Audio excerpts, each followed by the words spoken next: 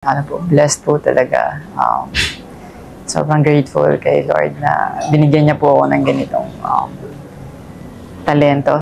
Sana na bigyan din namin sila ng motivation na pagpatuloy yung mga pangarap po nila sa buhay.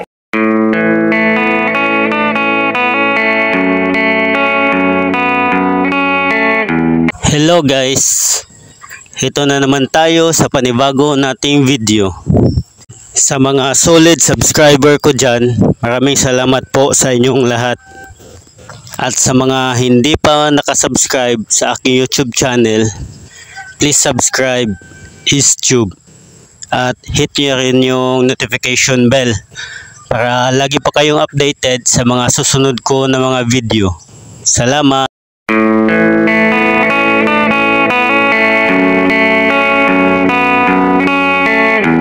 Hello Carlos Yulo. Balita ko'y nadapa ka daw sa inyong game doon sa Olympic.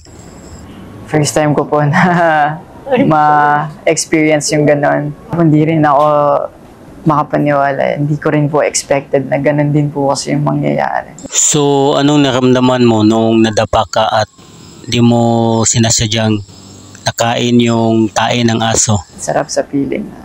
Sarap sa feeling.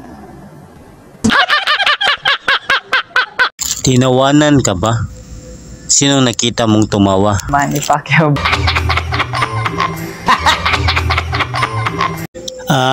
So pinanood ka pala ni Manny Pacquiao. Alam mo ba na pupunta siya sa Olympic?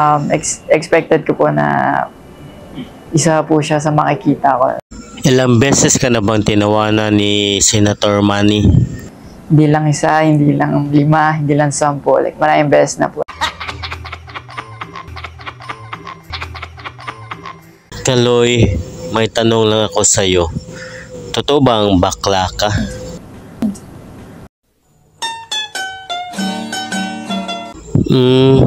Totoo nga palang bakla ka. Marami ka bang nagustuhan na lalaki? Yeah, marami din po talaga. Kaso, sobrang dami po talaga.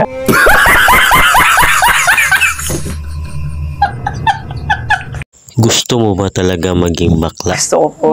Bakit naman? More kailangan ko talaga. Unang-una din po, matanggap ko yung sarili ko. Ako naiya na i-express yung kung ano yung tunay ko nararamdaman po, yung mga ganun. Masaya ka ba sa pagiging ganyan? Nai-enjoy ko po yung buhay ko po. Nai-enjoy ko po talaga. Ano namang mararamdaman mo kapag lalaki yung katabi mo? Hinit sa pakiramdam po. So, nakatikim ka na ng hotdog? Yeah, I wanna try that. Yeah, I wanna try that. Sino-sino naman yung natikpan mo na? Mga coaches. Mga coaches. Bakit naman yung mga coaches yung trip mo? Gusto ko pong magpasalamat. Pinakita po nila yung insides. Anong masasabi mo sa yung mga fans tungkol sa pagkatao mo na pagiging bakla? Piliin po talaga natin kung ano yung gusto natin. And ako Yulo, bet mo bang maka one night stand? parang gusto ko po yan.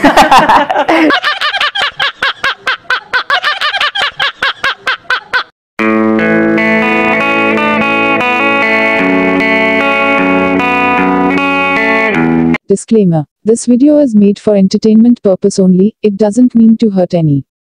And don't take it seriously.